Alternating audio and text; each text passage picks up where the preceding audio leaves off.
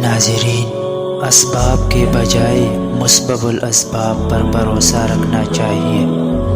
درویش روٹی عبادت کے لیے کھاتا ہے، عبادت روٹی کے لیے نہیں کرتا۔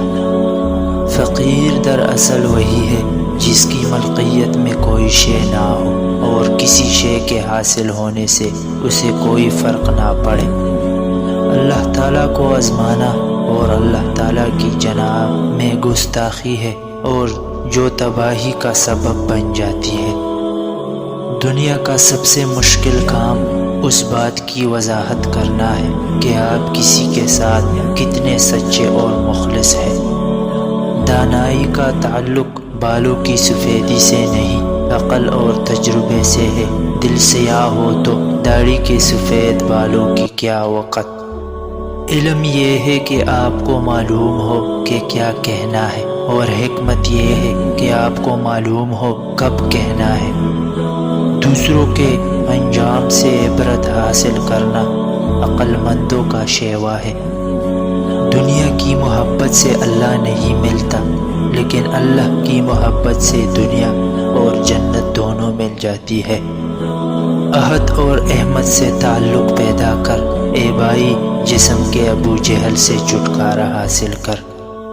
موت ایک تلخ حقیقت ہے، اسے شیر حقیقت بنانے میں مصروف عمل رہو۔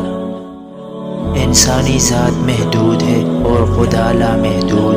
اگر محدود لامحدود کا امتحان لینے کی کوشش کرے تو اسے حماقت اور بے وقوفی کے سوا اور کیا کہا جا سکتا ہے۔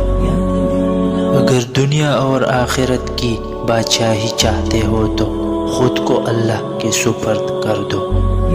زبردست تبدیلیاں ہمیشہ دبے پاؤ آتی ہے۔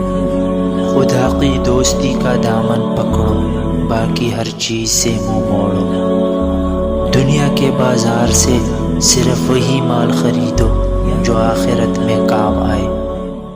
چہرے کا رنگ دل کی حالت کی علامت ہے۔ بے وقوف کی صحبت سے تنہائی بہتر ہے۔ تو اپنے علم پر عمل نہیں کرتا تو پھر جس چیز کا تجھے علم نہیں وہ کیوں طلب کرتا ہے؟ میں نے 30 سال مجاہدہ کیا مگر مجھے کوئی مشقت علم حاصل کرنے اور اس پر عمل کرنے سے زیادہ سخت نامعلوم ہوئی۔ جو اللہ تعالیٰ کے احکامات کی پیروی کرتے ہیں، اللہ تعالیٰ دنیا و آخرت میں ان کا مقام و مرتبہ بلند فرما دیتا ہے۔